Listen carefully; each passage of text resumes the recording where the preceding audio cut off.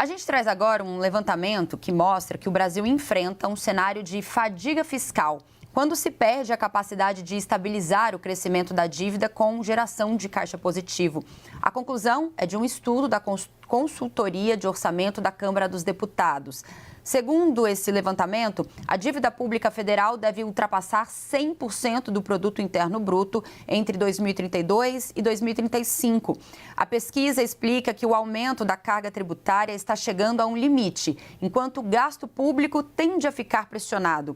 Em maio, a dívida bruta do governo federal, do governo geral, que inclui governo federal, os governos estaduais e também municipais, além do INSS, atingiu 81,4% do PIB, ou seja, mais de 10 trilhões de reais.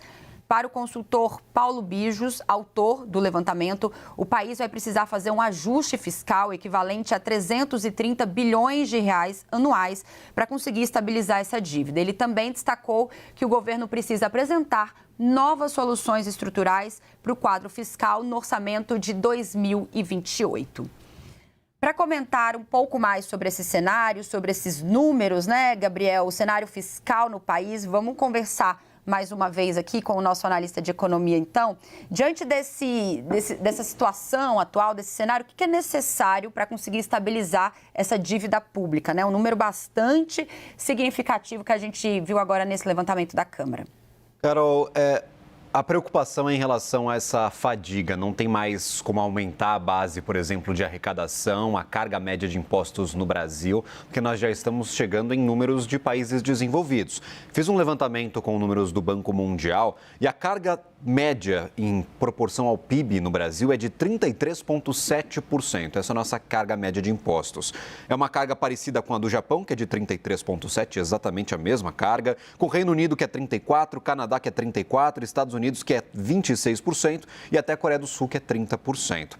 Com os nossos pares na América do Sul e também na América Latina, nós estamos bem acima. A Argentina cobra 27,6% de carga média de impostos, o Chile 20%, o Paraguai 15,8% e o Uruguai 27,3%. Daí a tal fadiga. Não há mais como aumentar.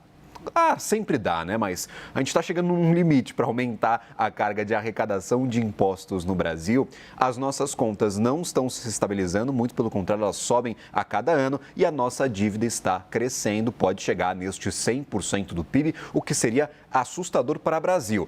Há outros exemplos de países muito endividados. Os Estados Unidos tem mais de 100% de dívida, a China tem muito mais de 100% de dívida, o Japão tem mais de 200% de dívida, PIB.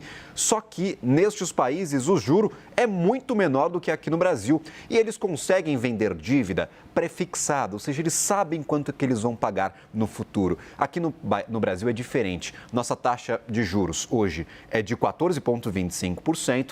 E a maior parte da nossa dívida emitida em reais, ela está lastreada justamente na taxa Selic, ou seja, o Banco Central decide a taxa de juros e o governo tem que aceitar o quanto que ele vai pagar para o mercado de juros da sua dívida. Não tem previsibilidade, não tem nenhuma forma de nós organizarmos o quanto vamos pagar de juros no futuro. Quase 50% de toda a nossa dívida emitida em reais está atrelada à taxa Selic. Não temos nem ideia de quanto que a gente vai pagar no futuro. A gente pode fazer projeção, mas uma ideia certa a gente só vai descobrir mesmo quando for pagar estes encargos. Quando a gente fala de correção, muitas vezes se fala de ajustes fiscais, ou cortando na carne, cortando gastos mesmo, já que não dá mais para aumentar a arrecadação, ou evitando que os gastos que nós temos hoje, que já são bastante elevados, não cresçam tanto no futuro. Meio que se destoem, por exemplo, do crescimento da nossa receita. Aí sim a gente começa a gerar espaço fiscal para fazer investimentos, para ter um pouco mais de previsibilidade, para dar garantia para os investidores que estão nos emprestando dinheiro de que eles vão receber e dessa forma pagar um pouquinho menos de juros no futuro. O ajuste fiscal, ele se mostra necessário, é o que dizem diversos economistas consultados pela nossa reportagem. Só que o ajuste fiscal que é necessário no Brasil, ele vem muito mais de um esforço conjunto do governo com o Congresso Nacional do que de uma canetada, uma decisão do governo, do executivo mesmo. Se a gente olhar só para o orçamento discricionário, que é aquele que o governo pode mexer, são 250 bilhões de reais.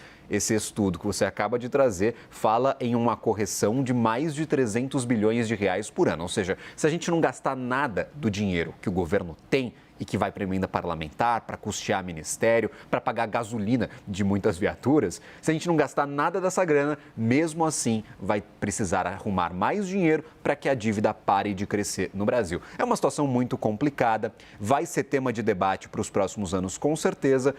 E estes gastos obrigatórios, eles crescem cada vez mais e em um momento a gente vai ficar sem dinheiro para custear a máquina pública brasileira, viu, Carol?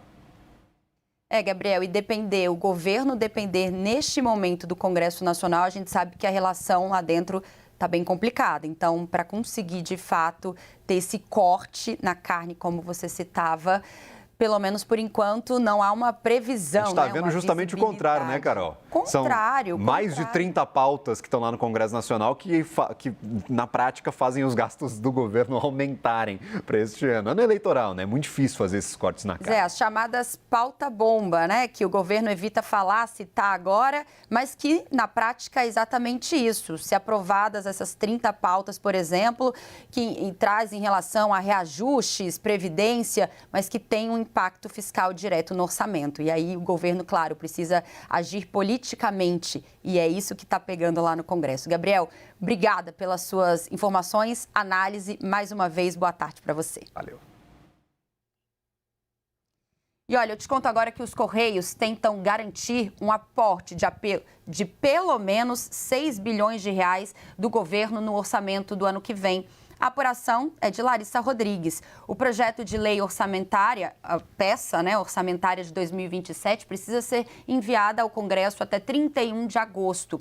O aporte está previsto no contrato assinado entre os Correios e um consórcio de bancos no fim do ano passado, para a estatal conseguir exatamente esse empréstimo no total de 12 bilhões de reais. O acordo prevê que o aporte seja feito entre 2026 e 2027. Caso contrário, a União terá que quitar o pagamento integral do crédito contratado de uma única vez.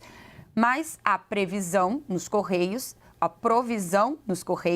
pode pressionar as despesas do próximo governo para outras, para outras áreas. Vale destacar que mesmo após captar esses 12 bilhões de reais, os Correios ainda negociam um empréstimo adicional com bancos como parte do plano de reestruturação econômica.